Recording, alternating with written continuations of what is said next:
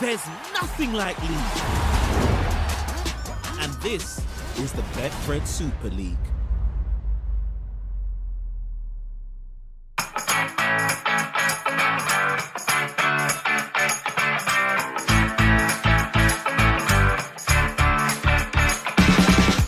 No!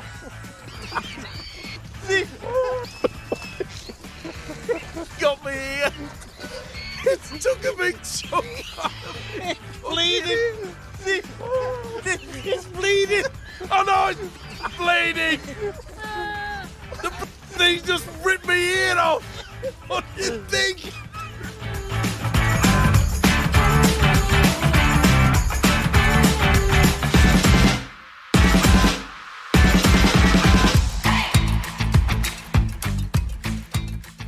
Hello again, everyone, and welcome along to this, the latest Eddie and Stevo, the podcast, a milestone edition this week, because with thanks to all of you and our regular backers of Betfred, this is the 80th edition of our Rugby League podcast. And Stevo, can I say what a pleasure it's been so far? And again, proudly, this is our 80th edition. People said we wouldn't last. Are we that old? I think we are. 80's got a funny ring about it, doesn't it? Anyway, we haven't reached that figure yet. But, yeah, congratulations. And look, for all you people that want to join in the podcast, we really thank you for it. As you say, Eddie, there's a lot of people who didn't want us to be alive, never mind be on broadcasting or whatever. As you well know, we've had a few death threats over the years, but we're here, still alive. And I'm confused, Eddie. I am confused. What on earth are the clubs doing in regards to the meeting with the IMG? Some wanted to pull out, others have changed their minds, others didn't vote. Why on earth do you allow anybody to say, I don't want to vote? How can you have a team, a club, saying, I'm abstaining? Well, it's very strange, I must say, because last week we were talking about this meeting with IMG and all the 36 member clubs of the RFL. It was taking place. All 12 Super League clubs have voted in favour of the proposals. Well, I say 12, 11, because Catalan like to lose. They don't qualify for a vote because they're not on the Rugby Football League's council. And by the way, don't you think that's stupid? Well, it's strange, isn't it? There's two teams. In other words, they can't vote to have anything to do with it, and yet they'll be impacted by it. Well, they can't vote to have anything to do with anything because they're not on the Rugby League Council yet, which does seem an odd state of affairs. I'm using a Yorkshire expression, daft. It's daft. It's an embarrassment to our game. Well, we're led to believe, Stevo, that Wakefield and Castleford changed their minds. Salford went from abstaining to supporting. There was opposition, predictably, from the lower down clubs, notably Batley, Featherstone, Barrow and Keighley. Whitehaven, that's one of the teams you are talking about, they didn't attend the meeting, so they were recorded as abstained. And London Scholars in League One changed their rejection to an abstention. So basically the proposals are in. Now we await the next move. Where on earth do we go from here, do you think? Hang on. I'm searching in my pocket for a coin. Heads will go forward, tails will go backwards. I cannot believe that we're messing around about all this thing because, to my mind, I don't think that we have a TV contract in the future. Is that correct? You probably would know more about that than me. Well, I'm told that is the case, that here we are, the back end of April, and the season finishes late October, and no, there is no contract still in place. That's madness. What on earth are we allowing IMG to do then? They're messing around saying we're going to change this. You're going to have a percentage of your crowd and your ground, etc. and so forth. Here's one for you. Evidently, it's a percentage of what the capacity of the ground is. And I'm just wondering whether the Premiership clubs perhaps might move, and I mentioned maybe London.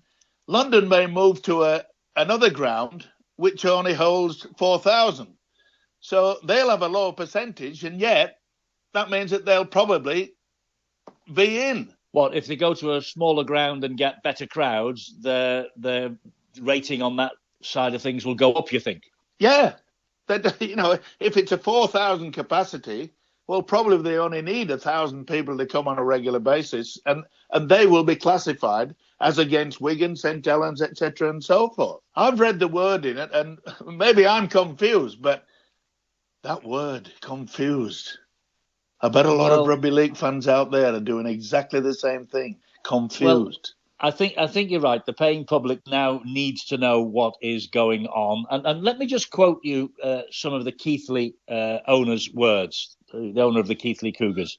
This is what he said. They have not proved that the sport will be in a better place with this grading system. We know nothing about a Sky deal, there you go, and nothing about central funding.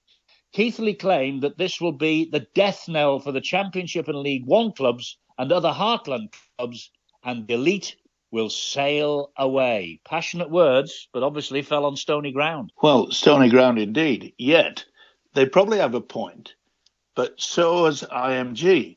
And we mentioned it a couple of weeks ago, Eddie, in regards to the fact they are trying to make sure that financially, that any club that's going to play at Super League is stable.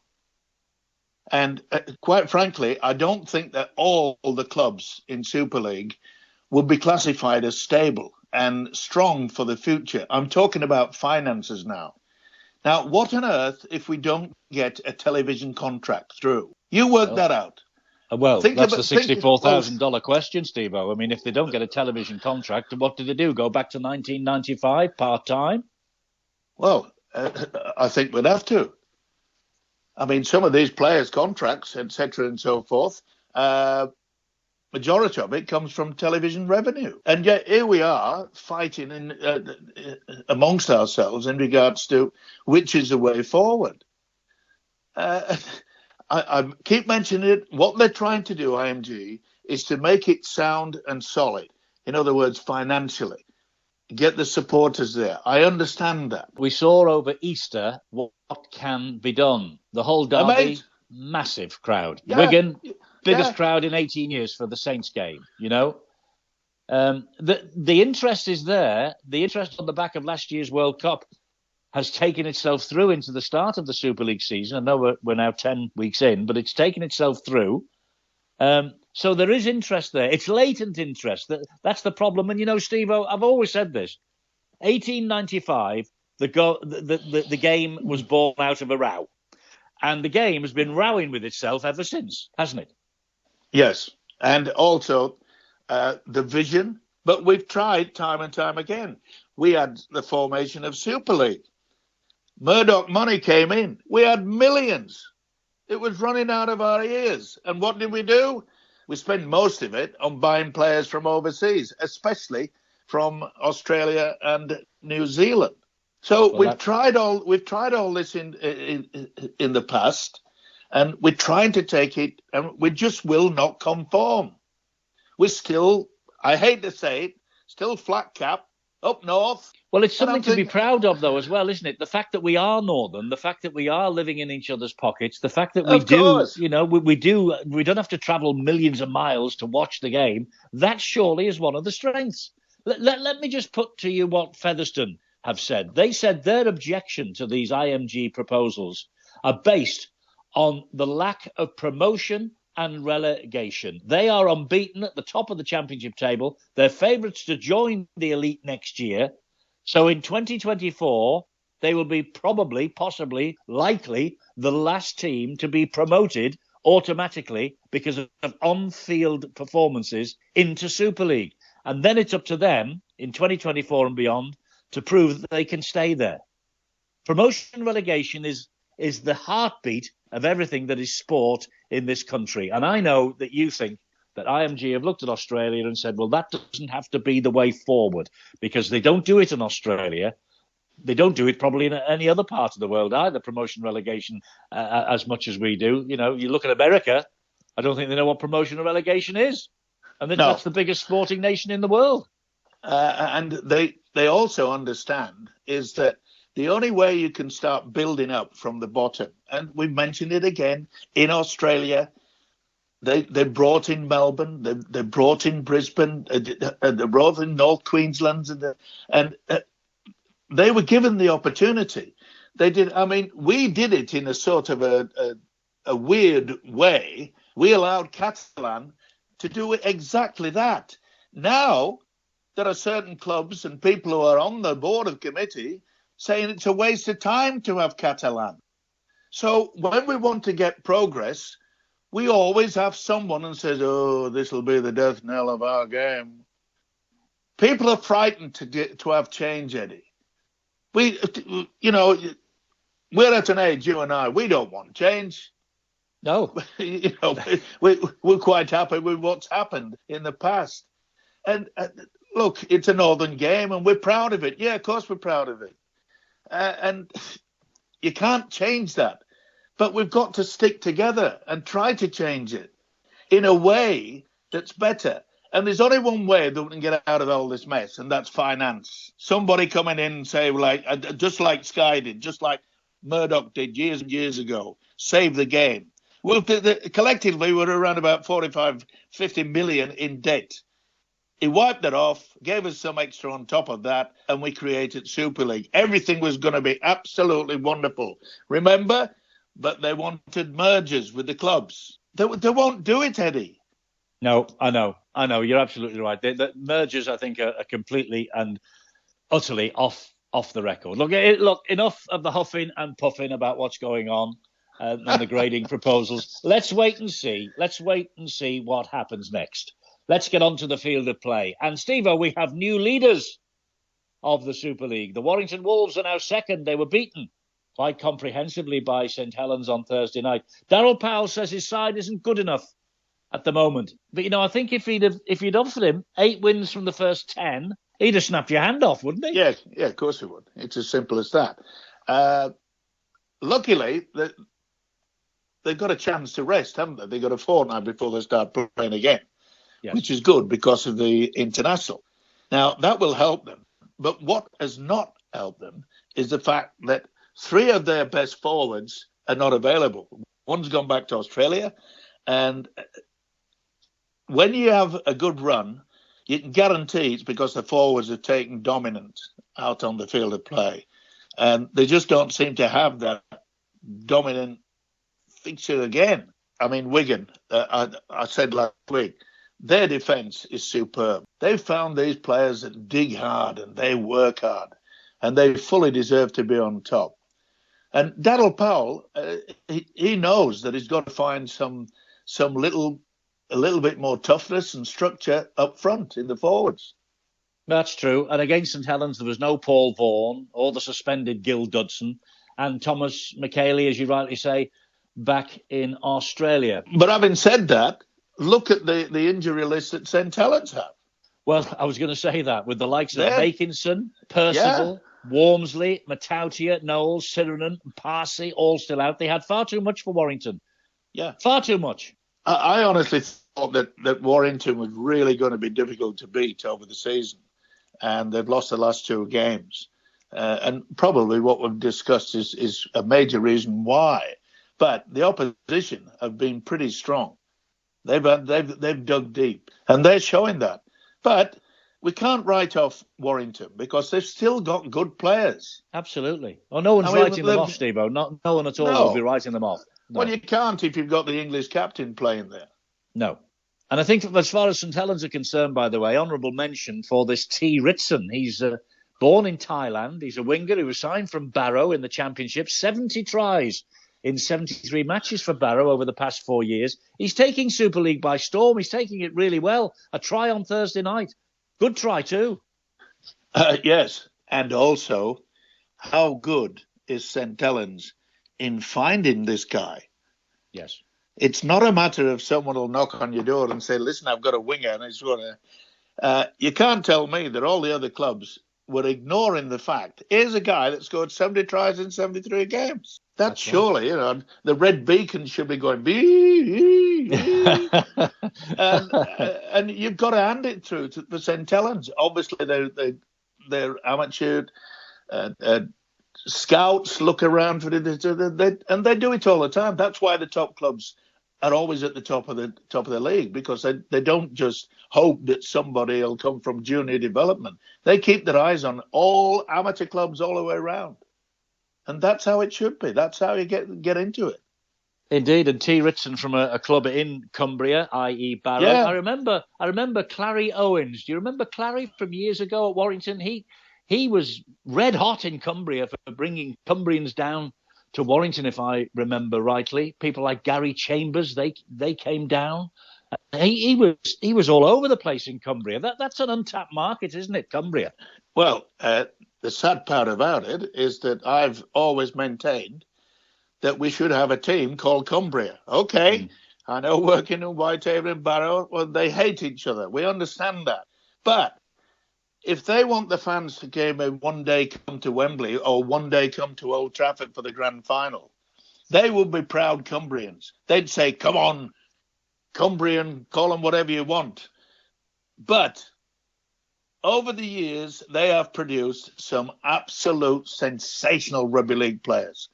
And imagine if they got their heads together and said, right, we're sick and tired of St. Helens, Wigan, Leeds, etc., winning everything, this, that, and the other. It's time that we created something up in Cumbria.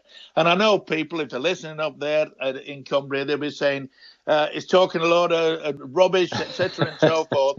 But if you get into a situation whereby you've got that much talent, raw talent up there, why has it spread out over 3 teams when they can all combine and make their own history in regards and become a Wigan, St. Helens, Leeds, etc., etc., etc.?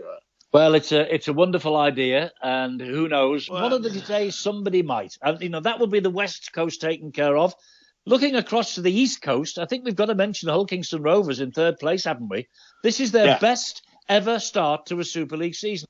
Value for money against Castleford. It was a dogged display, quite a contest. Not the start that Andy Last wanted after being confirmed as the new Castleford coach. But you've got to take your hats off to Hull Kingston Rovers. Yeah, they're playing some attractive football. I watched that game, and I must say, Andy Last would have been a little bit disappointed. I'm glad they've given him the job on a full-time basis. But he would have looked at that video, Eddie, and he would have said to himself, well, that wasn't too bad. All right, we lost. But he could see there was quite a lot of development. They'll get there, don't worry. They will get there. I can't see the Tigers being any threat in regards to being relegated. And let's face it, you've mentioned it, relegation this year could see the end of any club rejoining Super League. The end. Yes, and that at the moment is looking like it's going to be Wakefield Trinity, who were beaten 22 points to 6 by Wigan. Another outstanding result, Stevo, from this weekend. Lee Leopards win against the Leeds Rhinos, 20 points to 6. Their first win against Leeds since 1988. Now, talk about players who are catching the eye. This Edwin Ipapi, Lachlan Lamb, son of the coach, and Josh Charnley, outstanding in an all-round team display that gives Lee 5 wins already, 10 points. They're safe, aren't they? They're sorted. Well, it looks that way because we're more or less halfway through the competition now. So, yes, you'd have to think that the lower teams wouldn't get them back. But they'll still have a few more wins in them. Don't worry about that. The team spirit that's on display is outstanding. And it's great to see, isn't it? Well, it is. After all their troubles and trials and tribulations in the past, it is great to see. And also, listen, I'm glad that they're doing well because the guy who owns it, he must be very, very proud about what they're doing. He's delighted. And give the crowd, 3 cheers, clap your hands the way that they've supported them. And in many ways, it's like what we're seeing in Australia with the Dolphins. Yes. The Dolphins weren't given much opportunity. Lee wasn't given much opportunity. Oh, they'll be going back down straight away. The same old attitude. But they've really put it together. They've got experience and they've got a lot of young kids who are coming through. Indeed. And also, Derek has put his hand in his pocket, and your favourite word, money and finance. Derek has thrown the book at it this year, and he's got his reward, to be fair. 10 points, 5 wins already. Fantastic for him. Yeah, and it is. And it once again brings up the situation. A lot of people are still concerned about how many overseas players are coming over to this country. They call them spent players, old, yes, gone, finished. So what do? Oh, we'll go and play in the UK for a couple of seasons. And you're referring to a comment we've had from one of our listeners, and he's asked us if we can comment, or you can comment, on all the Aussies who can't get a contract back home, are too old for the NRL. They have no other option other than to come over here. And then, as soon as an Aussie club comes calling again, they go straight back home. For me, says Mick Pobbs, and it's spelt with a Z, by the way, Mick Pobbs. He said they're just taking the mickey. What do you think, Stevo? Because Jenna Brooks mentioned something similar to this just before she went off on maternity leave, and she got quite a big response on social media. So what say you? I agree with him. But this is nothing new. This has been going on for years and years and years. And it brings me back to promotion and relegation. You know, for years, the team that's been promoted normally buys at least 4 or 5 players from the team that's been relegated. It's been going on for years and years. I can remember one season, Halifax, they had someone with a lot of money behind them, and I think for the first time ever, they sent out 13 players on the field of play, and there wasn't one Englishman. Now, that's going back a few years. And a lot of people were complaining, and you know what he said? Listen, the fans like winning. I've bought these players to come over and play, blah, blah, blah, and they were a good side. You know, the likes of Gray and Eby, fantastic Australian internationals. Yes. And it'll still continue on. You know why? Because the English clubs still want them, whether they're in the 30s or sometimes nearly 40s. And it's always been said in Australia, well, look, if you want a bonus pension, there's always the UK. And that's how I look at it. You can't blame the players. Well, you can't blame the players at all. You cannot blame the players. It's the clubs that want them. And if you think about it, Stevo, there have been some rip-roaring successes who've come from Australia as well, to be fair to them. I'm digging deep into the memory bank now, one that comes out immediately, Jamie Lyon. Remember Jamie Lyon at St Helens? Yeah. What a fantastic player he was. And he went back and did equally good things. And he was only young. He wasn't 30 plus. He was a young man who came over and almost rediscovered himself. And they will do that. But you can guarantee that the percentage of players that do come over are past their best. That's the way it has been. And is that because there are so many Australian coaches, Stevo, over here, that they know the market in Australia and they say, right, if we're going to get out of trouble, we need him. Get him. Bring him across here. Yeah, of course they do. Hey, listen, a coach, he'll last on results. If they're at the bottom, and if he can just persuade the board or the owner to just say, right, there's 3 players that I know will get us out of relegation, and they bring them over. They've been doing it for years and years and years. And if the clubs want to do that, as I've just mentioned, promotion, relegation. Half of the players that get relegated finish up in the team that's been promoted. It's been happening. You know, everyone's saying, I think that they're taking the mickey, these Australians. No, they're not taking the mickey. They're taking advantage of the clubs wanting them instead of developing junior players. You look through Leeds, Wigan, St Helens, their depth and their attitude towards bringing the youth of that area or even other areas. They don't just look around St Helens in the north. They look all over the place. They've got scouts out there wanting to find a young player. That's what they do. A lot of teams don't. A lot of clubs just say, we need to get out of the fact that we might be relegated. So let's go down under and let's drag a few players. And as you say, there's not many young ones come over. If we just backtrack a moment and remember what was said earlier on about, somebody believing that it's the Keighley owner saying it could be the death knell of the Championship and League One and other heartland clubs. Unless we're very careful, that wonderful supply line of young players, young British players, could easily dry up.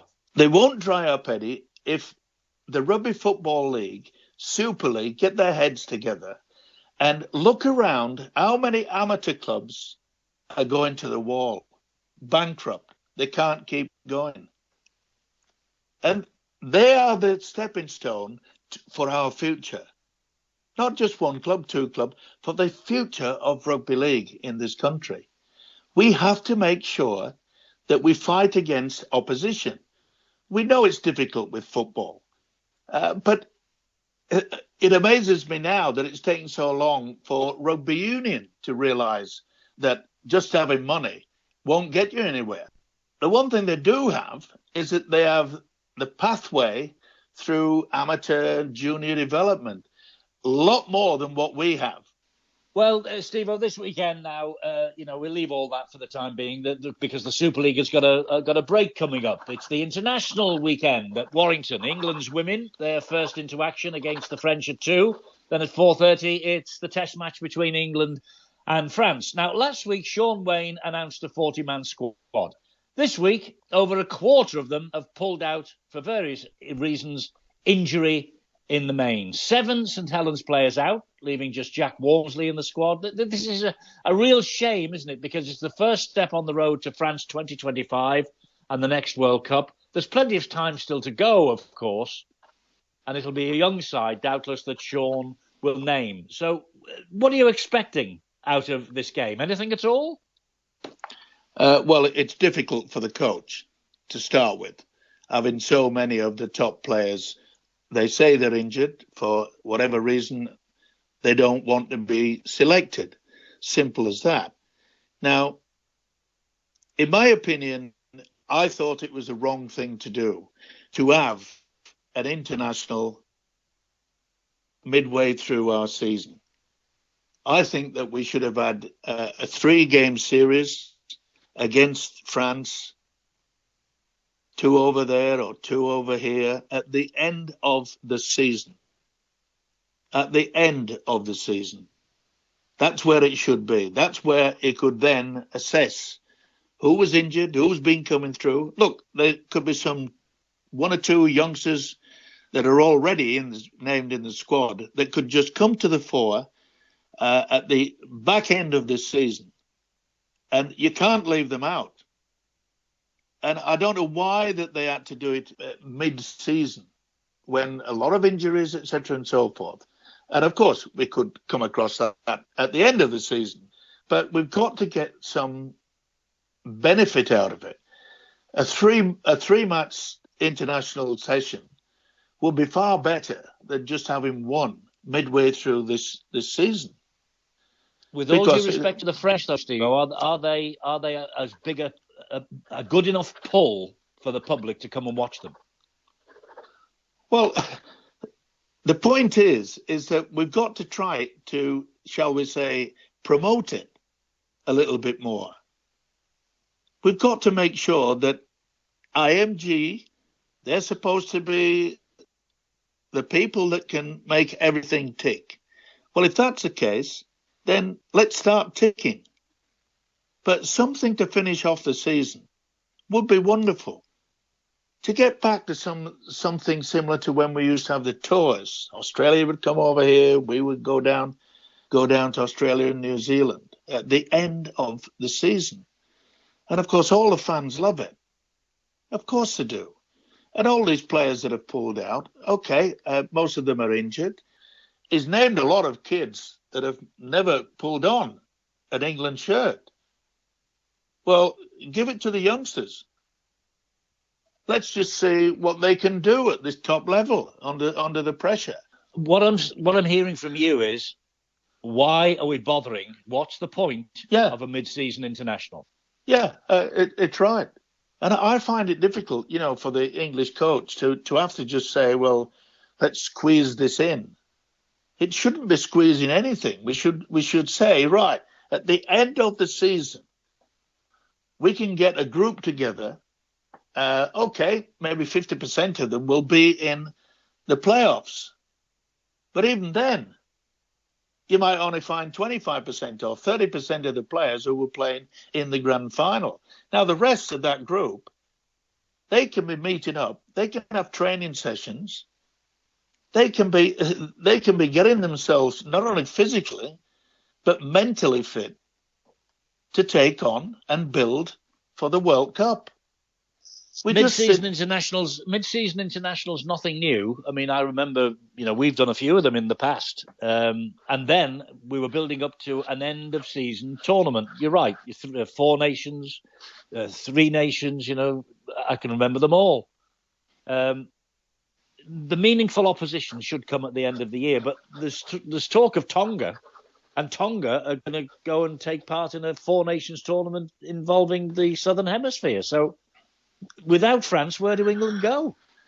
Well, the thing is that after the World Cup, whilst we were involved in the World Cup, we should have had the people that run our game negotiate with the likes of Samoa, Tonga, etc. and so forth. The Australians didn't mess around, did they? Oh, we will have our own 4 nations situation down under. They've got it all well prepared. And they don't, why didn't we think of this whilst the World Cup was there? All the officials from every single country. You could have sat down and said, look, we want you to come over and play so-and-so, and then we want, say, Tonga to come and play France down in the south of France, etc. and so forth.